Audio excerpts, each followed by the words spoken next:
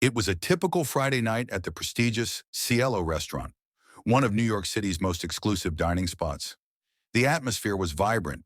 The soft hum of chatter filled the air, and the faint clink of wine glasses echoed through the dimly lit dining room. People came here for the experience. The perfectly crafted dishes, the impeccable service, and the prestigious name of Chef Anthony Marlowe. Chef Anthony Marlowe, a man in his early 40s with salt and pepper hair and a stern demeanor, was the heart of the restaurant. He had risen from humble beginnings, working his way up from washing dishes in a rundown diner to becoming one of the most renowned chefs in the city. But with success came secrecy, and Anthony harbored a dark one. It was known that his wife, Isabel, had been working alongside him in the kitchen for years. Isabel was the perfect partner in the kitchen, organizing the restaurant's day-to-day operations, managing the front of house, and occasionally creating new desserts. But her love for her husband was growing thin. She had begun to suspect something wasn't right. Anthony had been acting strangely, and the quality of the food, though still delicious, had changed. A little too perfect, some would say. Too smooth. Too rich. Isabel had long suspected that Chef Anthony was using something that shouldn't be in his food, something to enhance the flavors, but not in a legal or ethical way. For months, she had confronted him about it, but Anthony had brushed her concerns aside.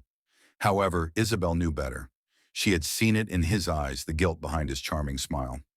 One fateful evening, Isabel found herself alone in the kitchen after a particularly heated argument with her husband. She had decided that enough was enough. She was going to expose him. If he wouldn't admit it, she would.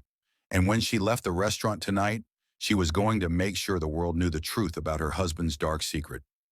Isabel spent the evening slipping into his personal office, going through his notes, finding references to substances she couldn't even pronounce. She found a vial hidden in the back of a drawer, labeled simply, "For flavor enhancement." The contents inside were colorless and odorless. Isabel felt her stomach churn. She couldn't let him get away with it. As she made her way to the back of the kitchen, she couldn't help but wonder if she was doing the right thing. Was exposing Anthony worth the potential fallout for the restaurant, their lives, and everything they had built? But the thought of what he was doing to people, to their trust, was too much to ignore. As Isabel walked into the back office, she took a deep breath. The restaurant's glowing lights reflected off the polished counters, and a faint smell of burnt garlic lingered in the air. She turned the doorknob, opened the door, and froze. Anthony stood there, staring at her, his face void of emotion. A tension hung in the air, thick and suffocating. "Isabel, I know what you're planning to do," he said, his voice cold. Before she could react, he stepped forward and placed a hand on her shoulder, his grip tight and unyielding. "Don't, Isabel. You won't like the consequences of your actions. You're threatening to destroy everything. You and I both know this restaurant means everything to us. Don't make me regret this." Tears welled up in Isabel's eyes. She had known for a long time that her husband wasn't the man she had once loved. He was no longer the charming, ambitious chef she had married. She stood frozen, the vial still clenched in her hand. Anthony's eyes were hard and full of something else, something dark. And then, without warning, she heard a click, followed by the sharp sting of a needle against her skin. A sharp, almost imperceptible prick. And then everything went black. The next morning, the restaurant was bustling as usual.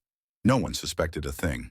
The kitchen hummed with activity as the staff prepared for the lunch rush. Customers chatted among themselves in the dining room, and the scent of freshly cooked food filled the air. However, in the back office, things were anything but normal. Isabel's lifeless body was sprawled across the floor, her face pale, her eyes wide open, but void of life. The police were called. Detective Michael Hayes, a seasoned investigator with 20 years of experience, arrived at the scene shortly after the body was discovered.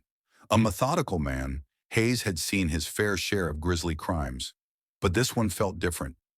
Something about the situation didn't sit right with him. Isabel had always been a bit of a mystery, but Hayes didn't like how it all felt. The couple had seemed perfect on the outside. He knew, however, that appearances could be deceiving.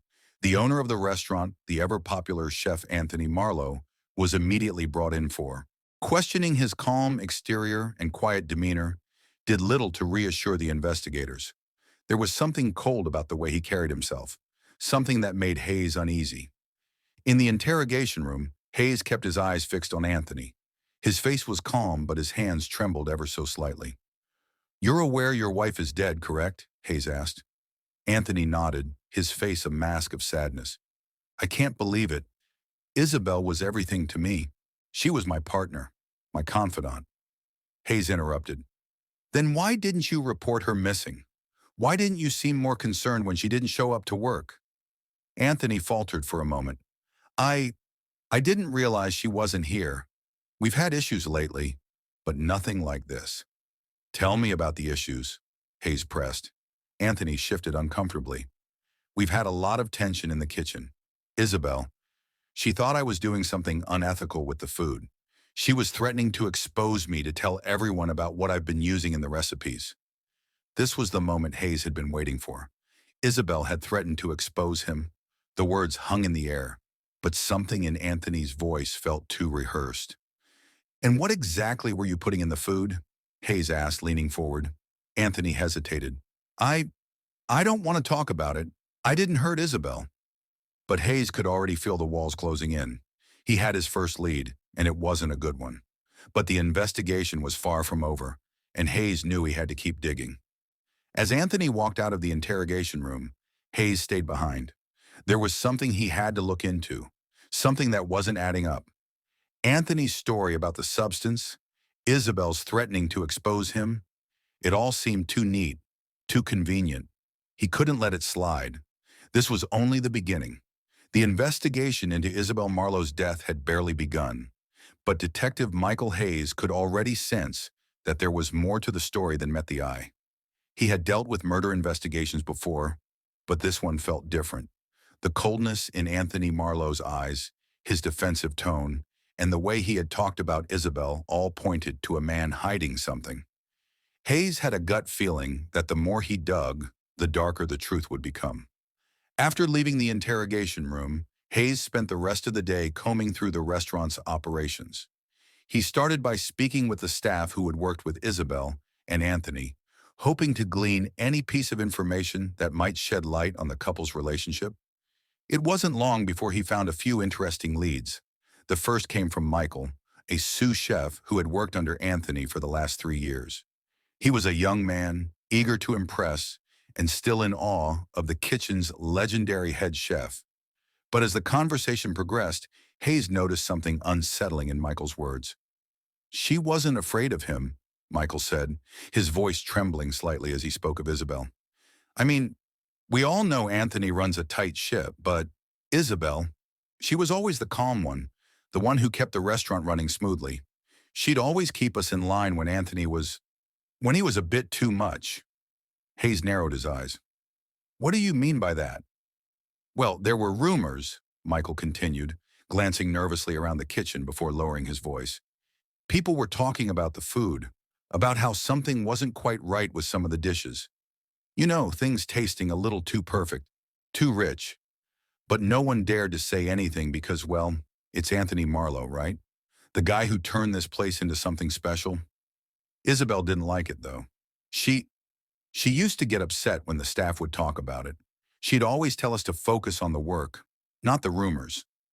Hayes could feel a piece of the puzzle clicking into place. The staff had noticed the strange quality in the food, but they had been too afraid to speak up, probably because of Anthony's intimidating presence. But Isabel had been different. She had been aware of what was happening, and now she was dead. The next person Hayes spoke to was Veronica, the head waitress at Cielo. Veronica had been working at the restaurant for nearly as long as Isabel, and she was someone who knew the ins and outs of the restaurant's operations. Veronica spoke with the same mixture of sadness and confusion that the others had expressed. "Isabel was my friend," Veronica said softly as they sat in the restaurant's small back office. "She wasn't the type to make a scene, but she'd always tell me when something was bothering her. Lately, she'd been mentioning Anthony's behavior. She didn't want to talk about it, but I could tell something was off. She said she was planning to leave him." "Leave him?" Hayes asked, leaning in. "Why?" Veronica hesitated. She said she couldn't live a lie anymore, that she couldn't let him keep doing what he was doing. She didn't go into specifics, but she told me that she had evidence. She was going to expose him. I think that's why she was so upset the night before. She had made up her mind, and then she didn't show up for work the next day. This new information was troubling. Isabel had planned to leave her husband. That much was clear. But what had she discovered? And what had Anthony done to prevent her from exposing him? Hayes couldn't shake the feeling that Isabel had known too much, and now she was gone. The next step in Hayes's investigation was to go through the restaurant's security footage, hoping it might provide a clue as to what had happened on the night Isabel died. It took him several hours to sift through the tapes, but it was worth it. In the footage from the night before Isabel's death, Hayes saw something disturbing. At 10:47 p.m., the restaurant's kitchen was empty. The night rush had died down, and only a few staff members remained. Anthony Marlowe was seen entering the office, his face as stoic as ever. He spoke to Isabel, who appeared visibly upset. The conversation was muffled, but their body language was unmistakable. Isabel seemed agitated while Anthony was calm, almost too calm. After a few minutes of talking, Anthony turned and walked out of the office. But Isabel stayed behind. She seemed to gather something from the desk, something in her hands, possibly the vial she had found earlier, and looked at it for a long time, as if contemplating her next move. The last image from the footage showed her sitting at the desk, alone, her face buried in her hands, a picture of exhaustion and sorrow. That was the last anyone saw of her alive. Detective Hayes needed to know what was in the vial. The only way to understand what had happened was to find out if it was connected to the food. He requested a sample of the substance and sent it to the lab for analysis. The results came back within hours. The vial contained a powerful synthetic substance that was commonly used as a flavor enhancer in some high-end kitchens. The compound, when used in small doses, could make food taste more intense, more flavorful. It was not illegal in itself, but it was highly regulated, and using it without proper disclosure or consent could be a serious violation. But there was more to it. The substance had one side effect. When consumed in high doses, it could cause paralysis, respiratory failure, and eventually death. Hayes's mind raced. This was the key. Isabel had found out about the substance, and it was likely what had been used to enhance the dishes at Cielo. But what had Anthony been doing with it? Was he using it to control his customers, or was it something more sinister? The following day, Detective Hayes returned to the restaurant and asked to speak with Chef Anthony again. This time, however, Hayes was prepared. He had the evidence he needed. As Anthony sat across from him, Hayes wasted no time. "We've tested the substance that was in your wife's office," Hayes said, his voice steady. "It's a synthetic compound used in high-end kitchens, but it's not something you're supposed to use without proper disclosure. And when consumed in excess, it's lethal." Anthony stiffened, his face turning pale. "I don't know what you're talking about." "Don't play dumb," Hayes said. "You were using that substance in your food, weren't you? Isabel was going to expose you, and you couldn't let that happen." Anthony's eyes darkened, and for the first time, Hayes saw a flicker of emotion in his gaze. Fear, anger, guilt, all mixed into one. "You have no idea what you're talking about," Anthony spat, his voice rising. "I was trying to create something extraordinary. I was trying to make the perfect dish. But Isabel couldn't understand. She was weak. She couldn't see the vision. And now you think you know the truth?" Hayes leaned in, his voice low but firm. "I know you killed her, Anthony. You had to stop her from telling the world what you were doing. You used her to further your success, and when she threatened to ruin it, you silenced her." Anthony's face twisted in anger. "You don't know anything. Isabel was a liability, a fool who couldn't see the bigger picture. She was weak. And now, I'm going to make sure no one ever finds out what really happened here." Detective Michael Hayes stood in the cold, dimly lit hallway of Cielo's back office, the tension thick in the air.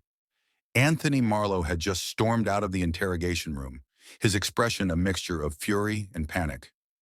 Hayes knew he had struck a nerve. He had dug into Anthony's darkest secret, and now the man's composure was unraveling before him. But Hayes wasn't done, not by a long shot. He had learned too much in the past 24 hours to let this case slip away.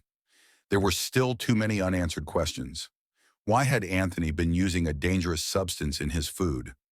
Was it purely for culinary purposes, or was there something more nefarious going on? And perhaps most importantly, how far would Anthony go to protect himself? The detectives in charge of the case had already begun looking deeper into Anthony's past, but Hayes knew that what they needed was concrete proof. He wasn't going to let another powerful man escape justice because of money, influence, or reputation. Isabel's death was no accident, and he wasn't going to let her voice be silenced without a fight. The next morning, Hayes made his way back to the scene of the crime, the upscale Manhattan restaurant where Isabel had worked for so many years. There was something haunting about the place now. Its polished marble floors and gleaming kitchen counters, once vibrant with life, now felt empty. The staff was subdued, moving about like ghosts in the shadow of Isabel's untimely death. Hayes took his time as he walked through the kitchen once again, paying attention to every detail, no matter how small. The gleaming stoves, the sharp knives hanging from the walls, the perfectly organized spice racks, all of it was eerily pristine, as though nothing had changed.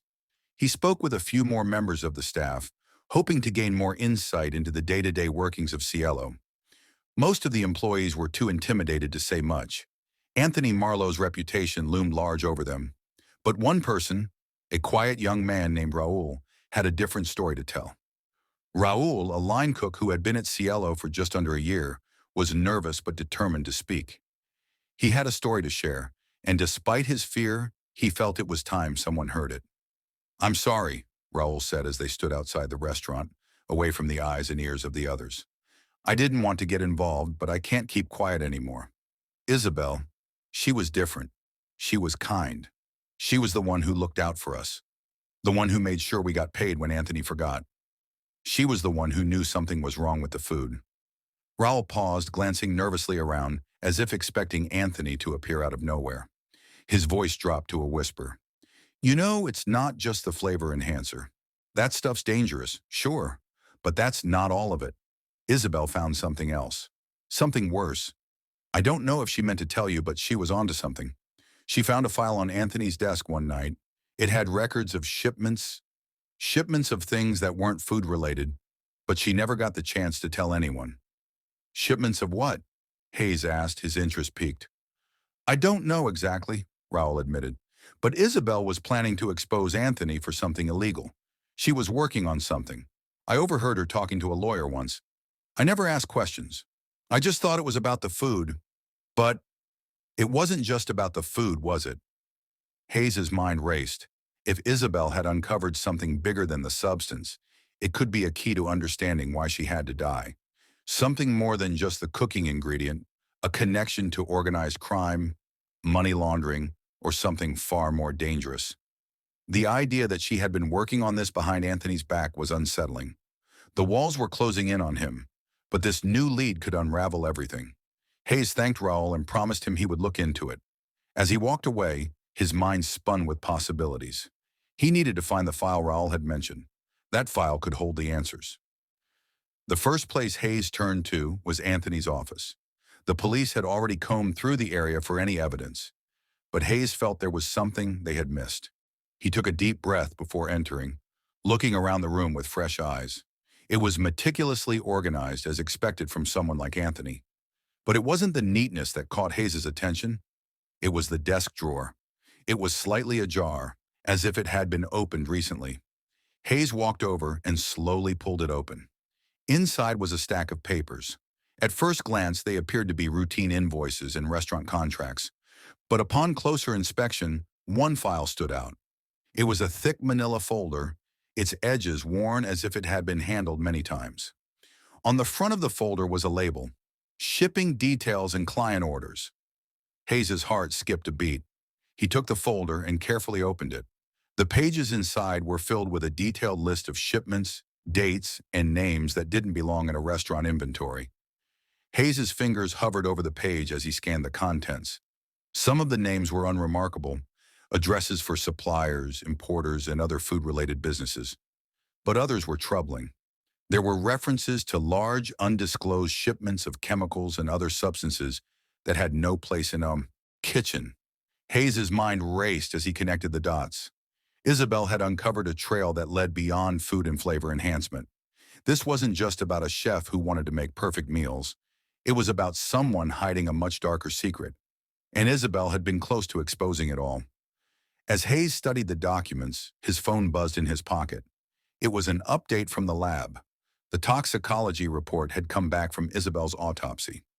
"Detective Hayes," the voice on the other end said, "we found traces of a highly potent paralytic agent in Isabel Marlowe's system. It's consistent with the substance used in high-end restaurants for flavor enhancement, but in her case, it was administered in a lethal dose. This is no accident. Someone wanted her dead." Hayes' stomach churned. The paralytic agent, the same substance that had been used in the food, had been directly responsible for Isabel's death. And now, with the shipping details in his hand, it was clear that Anthony Marlowe had not only been using it to manipulate the flavors of his dishes, but had likely been trafficking it for much more sinister purposes. That night, Hayes sat alone in his office, the pieces of the puzzle finally coming together. Isabel's death had been no random act of violence. It was a calculated move to protect Anthony's secrets. He had used her as a scapegoat, someone who was in the way of his increasingly dangerous enterprise. But now, with the evidence he had gathered, Hayes was ready to move in. He wasn't going to let Anthony escape this time. The next step was clear. Hayes had to bring Anthony Marlowe down, and he wasn't going to let anything or anyone stand in his way. The soft hum of the city's traffic drifted up from the street below, the towering buildings of Manhattan casting long shadows across the narrow alleys. Detective Michael Hayes sat alone at his desk, the soft glow of the desk lamp illuminating the chaos of papers, photographs, and files strewn across it. The weight of the investigation pressed down on him. He had all the evidence he needed to arrest Anthony Marlowe, but there was something about the case that still didn't sit right. Isabel had uncovered something, that much was clear. But the deeper Hayes dug, the more troubling the implications became. Anthony Marlowe wasn't just a chef with a dangerous addiction to perfection. He was part of something larger, a web of deception and illicit activity that spanned far beyond the kitchen of Cielo. As Hayes reviewed the files he had collected, shipping details, toxicology reports, and testimonies from staff members, he found himself grappling with the same question. What was the ultimate goal? What had Anthony been trying to achieve by using dangerous substances in his food? Why go to such lengths to silence Isabel? His thoughts were interrupted by a sharp knock on the door. "Detective Hayes?" A voice called from the doorway. Hayes looked up to see Detective Laura Price, a sharp-minded colleague from the Major Crimes Unit, standing there with a file in her hands. She had been following the case from the beginning, and her experience with organized crime had made her invaluable in understanding the wider context of what was unfolding. "We just got back the results from the background check on Marlowe," she said, stepping inside and dropping the thick folder onto his desk. "You might want to take a look at this." Hayes flipped open the folder, scanning the pages quickly. It didn't take long for him to understand why Price had brought it to him. The man behind the perfect meals was no stranger to the darker side of life. "Anthony Marlowe," Hayes muttered as he read aloud. "Born in Pittsburgh, raised in a broken home. No criminal record, but there's something here. A series of offshore bank accounts, some of them tied to businesses that aren't food-related. There's also a suspicious series of payments going to a company called Valente Chemicals." Price nodded. Valente Chemicals is a front company, one that specializes in industrial-grade substances. Some of their products are perfectly legal, but there are rumors about them supplying illegal chemicals to various industries, including food and pharmaceuticals. Hayes leaned back in his chair, his mind racing. The name Valente Chemicals rang a bell. It had come up in the shipping documents he had found in Anthony's office. But it wasn't until now that he understood the full extent of the connection. Anthony Marlowe had been using his culinary reputation as a cover for something far more dangerous than flavor enhancement. "Let's take a closer look at these accounts," Hayes said, his voice firm. "We need to know where the money's coming from and who he's been working with. If Marlowe's involved with Valente Chemicals, he's tied to something much bigger than a few illegal substances in food." Price nodded in agreement. "I'll get our finance team to trace the payments. But we should also look into any connections between Marlowe and organized crime syndicates. This isn't just about food anymore. This is a full-scale operation." Over the next few days, Hayes and Price worked tirelessly to connect the dots. Their investigation led them deep into the underworld of New York City, where powerful people with deep pockets often operated under the radar.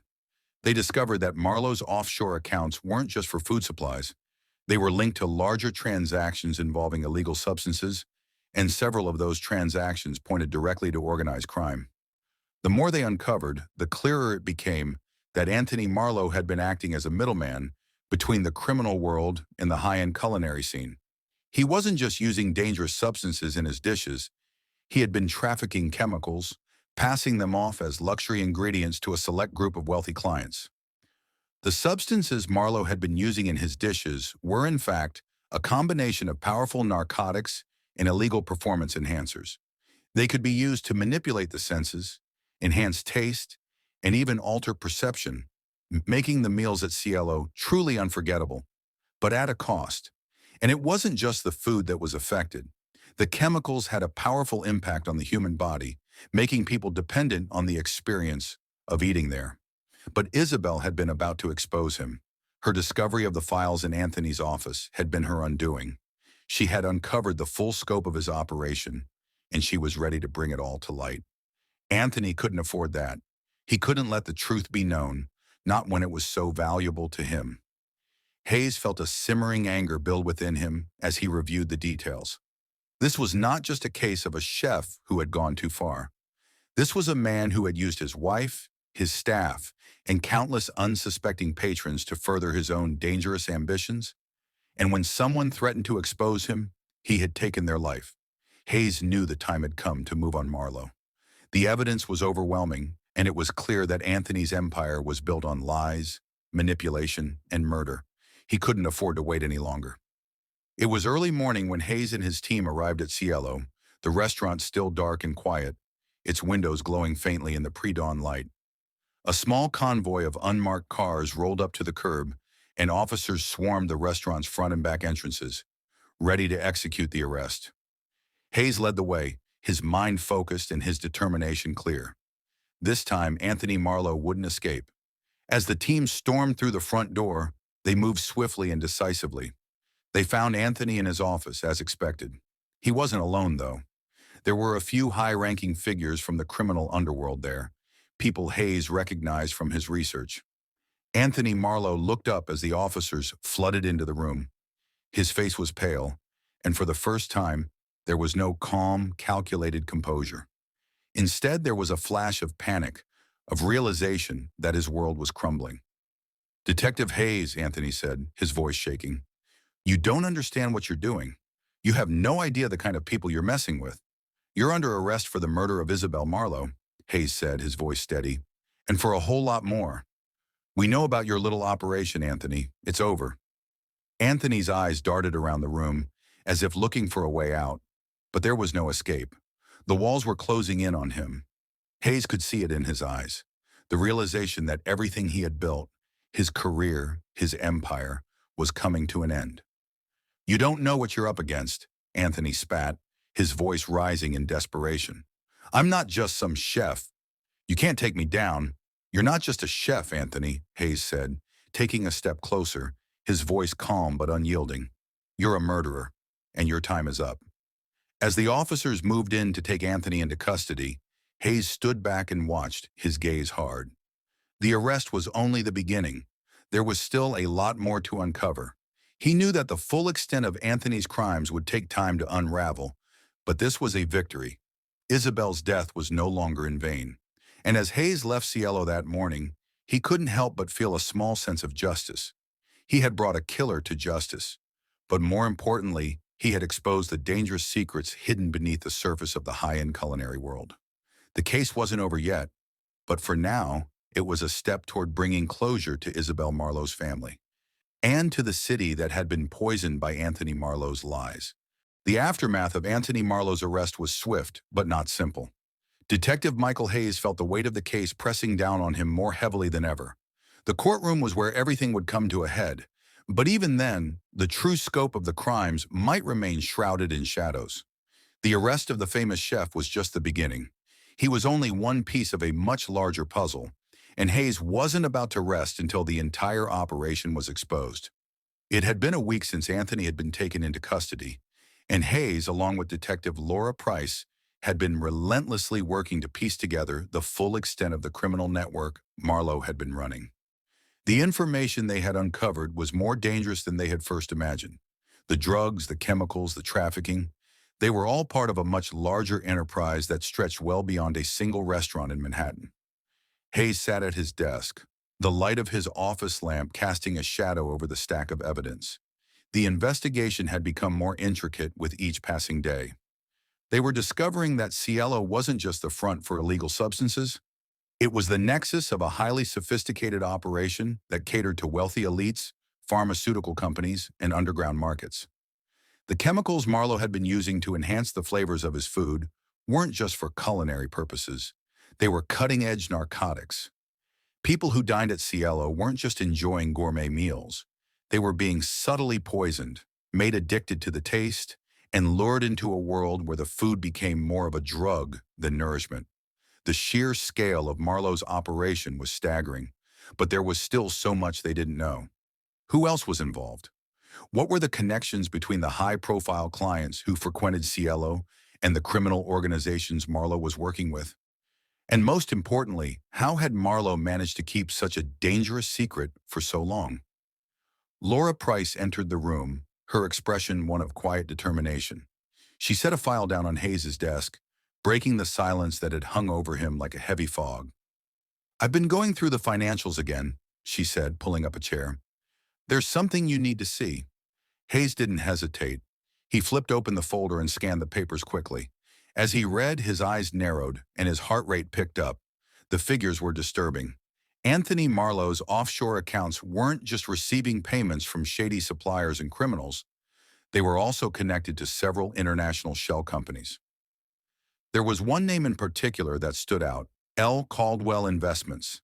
This name, it's connected to some major players in the pharmaceutical industry. And there's something else. There's a trace of L. Caldwell in some of the shipping documents we found linked to Marlowe, Laura said, pointing to a note in the margin. L. Caldwell isn't just a supplier. They're a front for a much larger organization, one with ties to international money laundering and illegal drug distribution. Hayes felt his stomach tighten. L. Caldwell Investments was no ordinary company. It was a multi-billion-dollar operation that had long been rumored to have dealings with underground crime syndicates. The fact that it was linked to Marlowe's operation meant that this case was no longer just about a chef and a few bad decisions. It was about corporate corruption, global drug trafficking, and high-profile individuals with deep pockets. "We need to dig deeper into L. Caldwell," Hayes said, his voice steady but laced with urgency. "If Marlowe was working with them, it means this operation goes far beyond New York. This could be global." The next few days were a blur of meetings, phone calls, and strategy sessions. Hayes and Price dug through corporate records, tracking down connections to L. Caldwell and its affiliates. It wasn't long before they uncovered something even more alarming. L. Caldwell wasn't just supplying chemicals to restaurants. They were involved in the research and development of illegal substances designed to be used not just for culinary enhancement, but for pharmaceutical purposes as well. Some of the chemicals were being used in experimental drugs aimed at manipulating human physiology in dangerous and unpredictable ways. The drugs were being marketed as treatments for chronic pain and anxiety, but they were far more potent and addictive than anything legally available. The wealthy clientele who dined at Cielo, many of whom were high-profile business people and celebrities, had unknowingly become part of a larger experiment. They were the test subjects, lured in by the promise of a unique culinary experience, but unknowingly consuming chemicals that were altering their mental and physical states. Hayes realized that Marlowe's use of flavor-enhancing substances wasn't just for his own gain. He had become part of a much larger, more insidious scheme. He was the conduit between the pharmaceutical world and the criminal underworld, using his restaurant to peddle the drugs to the rich and powerful. They were all unknowingly involved, either through their addiction to the food or their willingness to pay exorbitant amounts for the experience. But then, as Hayes and Price continued their investigation, something unexpected happened. A new lead came in, one that threatened to upend everything they thought they knew about the case. A woman, a former associate of Marlowe's, reached out to the police. She was a former employee who had worked closely with Anthony when he was first establishing his restaurant. Her name was Sarah Caldwell, no relation to L. Caldwell Investments, but it seemed too much of a coincidence to ignore. Sarah Caldwell was hesitant to speak at first. She was scared, paranoid, and clearly had a lot of baggage. But after several tense conversations with Hayes, she agreed to meet in person. When she arrived at the small diner they had arranged to meet at, Hayes could see the fear in her eyes. She looked out of place, nervous, constantly glancing over her shoulder as if she feared being watched. She wore a thick scarf to cover the tattoos on her neck, and her hands trembled as she sat down across from him. "Detective Hayes, I have to tell you something," she whispered, looking around nervously before speaking again.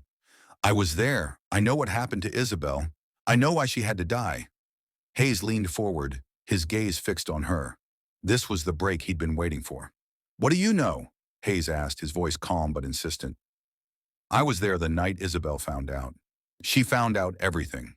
She found out about the shipments, the chemicals, the people involved. She was going to tell the police. And Anthony, he knew she would." Sarah's eyes filled with guilt. "He didn't just kill her to protect himself. There was more to it. There was someone else behind this. Someone bigger." "Who?" Hayes pressed, his pulse quickening. "I don't know his name," Sarah said, her voice barely above a whisper. "But he's the one who was running everything. Anthony was just a pawn in all of this. Isabel was getting too close to the truth. She wasn't just a threat to Anthony. She was a threat to the entire operation. She had to be silenced. And Anthony, he didn't have a choice. He was in too deep." Sarah's hands clenched tightly on the table, as if she was struggling to hold herself together. "There's a larger organization behind all of this, Detective. It's not just drugs and food. It's much, much bigger. They'll stop at nothing to keep their secrets buried." Hayes felt a chill run down his spine. The case had just taken a darker turn. It wasn't just about Anthony Marlowe anymore. It was about something far more dangerous, something that reached further than he could have ever imagined. The weight of Sarah Caldwell's words hung heavily in the air. Detective Hayes sat motionless, his mind racing. A larger organization. A network bigger than anything he had initially anticipated. Anthony Marlowe was just a cog in a much more dangerous machine. A machine that extended far beyond the walls of Cielo and into the criminal underworld, pharmaceutical industries, and perhaps even global markets. As Sarah sat across from him, trembling, she seemed to realize just how deep she was willing to go. There was a visible shift in her demeanor, a woman burdened with guilt and fear, but also one who had reached the breaking point. The truth was her only salvation now. "Tell me everything," Hayes said, his voice calm but filled with urgency. Sarah glanced around nervously, her eyes darting to the other patrons in the diner. Her hands trembled as she folded them together, as though trying to keep herself grounded. "I don't know everything," she whispered, "but I can tell you about the people Anthony was dealing with, about the guy who was pulling the strings. His name, I think it's Vincent Harper." Hayes froze. The name was familiar, but not for a reason he immediately understood. Vincent Harper was not a public figure, at least not one in the open. Hayes had come across that name in some of the documents they'd uncovered related to L. Caldwell Investments, but it had never stood out before. Now, hearing Sarah's voice tremble as she spoke it, Hayes understood how vital this name had become. "Vincent Harper," Hayes repeated. "Who is he? What's his connection to Anthony Marlowe?" "He's not just a businessman, Detective. He's connected to a network of drug lords, pharmaceutical giants, and money launderers," Sarah explained, her voice barely above a whisper. "He's been moving product through legitimate channels, disguised as medical research, culinary ingredients, and even beauty products. But in reality, he's been distributing dangerous synthetic drugs. Marlowe was just a small player, a front. Harper's operation is global." Hayes leaned forward, his heart pounding in his chest. His initial suspicions about a larger operation were now confirmed. The more Sarah spoke, the more Hayes began to realize how deeply entrenched this network was and how high it reached. "Why didn't you tell anyone before now?" Hayes asked, the question burning in his mind. "Why come to me now?" Sarah hesitated, her fingers gripping the edge of her coffee cup. I couldn't. I've been trying to get away from it all, but they won't let you go once you're in. I thought I was done when I left Cielo, but then they found me. They knew I was talking to people about what I knew, and they threatened me. They've got eyes everywhere. I can't run from them anymore. Sarah's voice quivered as she continued, I'm not the only one who's been silenced. There are others, employees, chefs, suppliers, even clients, people who've either disappeared or been paid off to keep quiet. Isabel wasn't the first person to get in too deep. She just didn't back down. Hayes felt a chill run through him. The fear in Sarah's eyes was undeniable. She wasn't just talking about a criminal operation anymore. She was describing an entity so large, so all-encompassing, that it felt like a shadow looming over everything. An organization with influence, resources, and people willing to kill to protect their secrets. Do you know where Harper is? Hayes asked. Sarah shook her head. No, but I know he's not operating out of New York anymore. From what I overheard, he moved his base of operations. He's been working from various locations. It's hard to pin him down. But I do know one thing. He's in contact with people all over the world. His connections stretch as far as Europe, Asia, and even South America. Her words hung heavy in the room, and for a moment, Hayes felt the enormity of the situation sink in. This wasn't just a case of a chef's deadly secret. This was an international criminal syndicate, and the stakes were far higher than he could have ever imagined. The conversation with Sarah Caldwell was both a breakthrough and a warning. Hayes now understood the true scale of what he was dealing with, but the road ahead wasn't going to be easy. The connections Harper had in place, the people he controlled, and the web of influence he had spun would make bringing him down almost impossible without more concrete evidence. Hayes sat back in his chair, deep in thought. His mind churned over everything Sarah had told him. There were still so many unanswered questions. Where exactly was Harper? Who were his allies? And most importantly, who else in the city had been helping him run his operation? He needed to act fast. Time was running out. He couldn't afford to wait while this network continued to grow and corrupt everything it touched. He needed help. He needed the full resources of the department. Within hours, Hayes had mobilized a team of investigators, including some of his most trusted colleagues in the NYPD. They were going to dig deeper into L. Caldwell investments, trace the money, and uncover the flow of chemicals that had been smuggled into the food supply chain. Every piece of information Sarah had provided was a potential lead, and Hayes was determined to follow each one to the very end. Laura Price was already on the phone with federal agencies, pulling in resources from across the country. They couldn't afford to keep this limited to New York anymore. If Harper's operation spanned continents, they needed international support. They needed to find him before he could vanish again. We've got one shot at this, Hayes said as he addressed the team. We've got to move fast and we've got to be careful. Harper will know we're coming. He's not stupid, and he won't hesitate to cover his tracks or eliminate anyone who stands in his way. Laura nodded, her expression serious. We'll need to track down his connections, but first we need to verify everything Sarah told us. We need a paper trail, something concrete to bring to the authorities. This isn't just about Anthony Marlowe anymore. This goes far deeper. The days following their meeting with Sarah were filled with frantic efforts to gather evidence, cross-reference information, and make connections. Hayes and his team worked tirelessly, knowing that they were now in a race against time. Every lead they pursued felt like a dead end, but with each piece of evidence, they came closer to uncovering the truth. As they dug into L. Caldwell Investments, they discovered a series of offshore accounts linked to Harper's name, accounts that hadn't appeared in any of the initial financial reports. Money was flowing in and out of shell companies, and the drugs were being distributed under the guise of medical research projects, some of which had been funded by large pharmaceutical firms. They found more names. Shadowy figures who had been complicit in helping Harper run his operation from the shadows. And the deeper they went, the more dangerous the situation became.